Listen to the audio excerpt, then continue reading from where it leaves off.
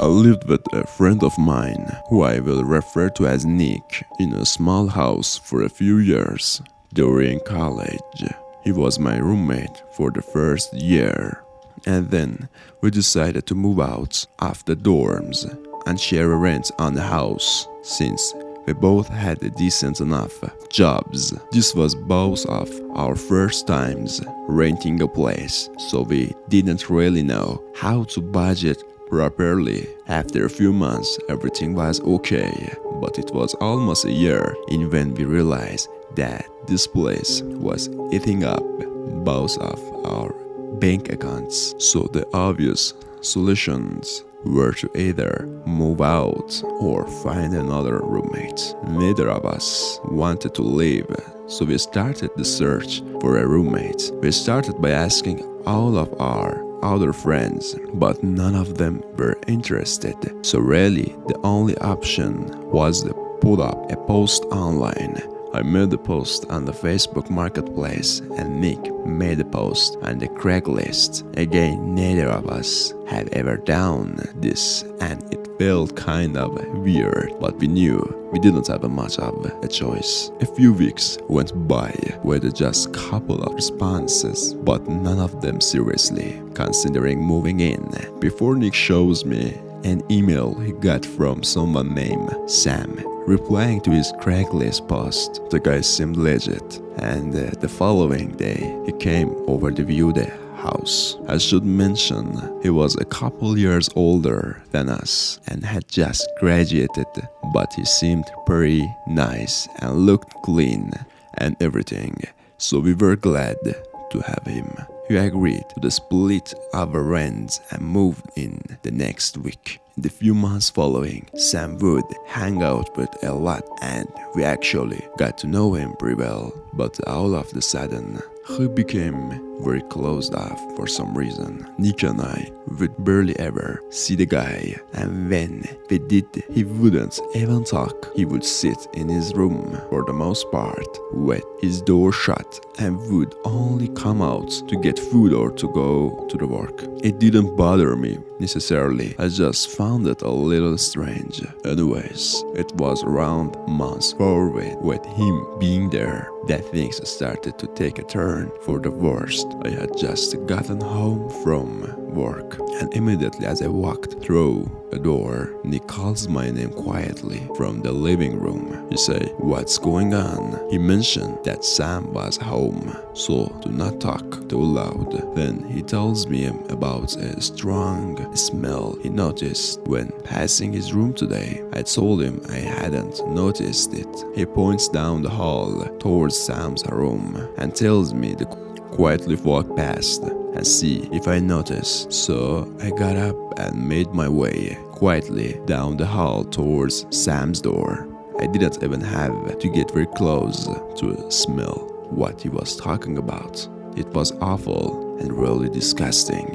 I had no idea what it was and had definitely never smelled it in the house before. Nick suggested we ask him what it was and I agreed. We both went to his door, trying not to breathe in too hard. I knocked, then knocked again and again, and calling out to him. He didn't answer. Nick said he was sure that Sam was in there, but after a couple more minutes, we just gave up and figured we ask him tomorrow.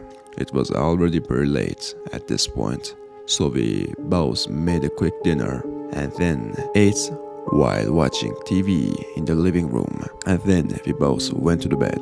The next day, I called Sam on his way out of the house and asked him what the smell was last night. I say, "I was just taking out the trash." He quickly left and drove off. That answer didn't really make any sense to me, but I didn't want to press him too hard. I told Nick later that day and he agreed that it was weird, but didn't know what else to do. So we left it at that. Another couple weeks go by. Again, Sam barely talked to us, but the smell had gone away by now.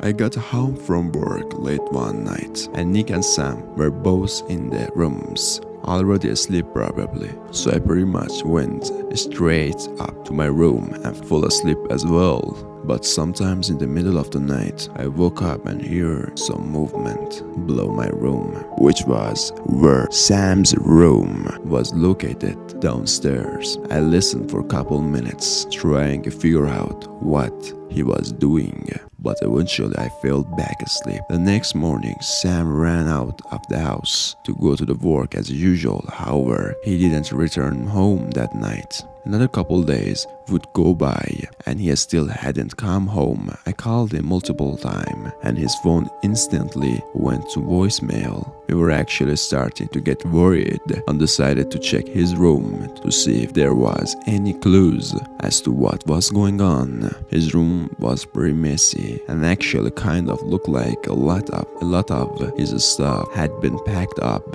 and taken out. I also found a pair of glasses in his drawer with some other random belongings, which was weird because Sam didn't wear glasses. He left some clothes and all of his furniture behind though, which made us believe that he didn't just move out suddenly. Nick ended up calling the police to notify them about Sam possibly being missing, and an officer arrived that night to investigate it and ask us questions. We told him everything we knew and let him look at his room. Nick also gave him a picture that we had taken together back when Sam first moved in. After that, we didn't get an update until a week later. A different detective called us and informed us that the identity of the man in the photo with us was not Sam. They said a family member recognized them as their missing son who had been gone for almost a year. After that, the case got a lot more complicated and we didn't have much helpful information because the guy pretty much lied about everything he told us. So after a little bit, we lost contact and stopped getting updates. As far as we were told, the man was just some regular guy that was living with his parents who suddenly went missing for no known reason. He never came back to our house, and I am not sure if he was ever found. It's definitely the most interesting and creepy experience I have though, just knowing that I was living in the same house as someone who made up a completely fake identity and was legally missing. Gives me chills every time I think about it. It's very hard not to assume that this man was trying to hide from the police because of something he had done or was still doing.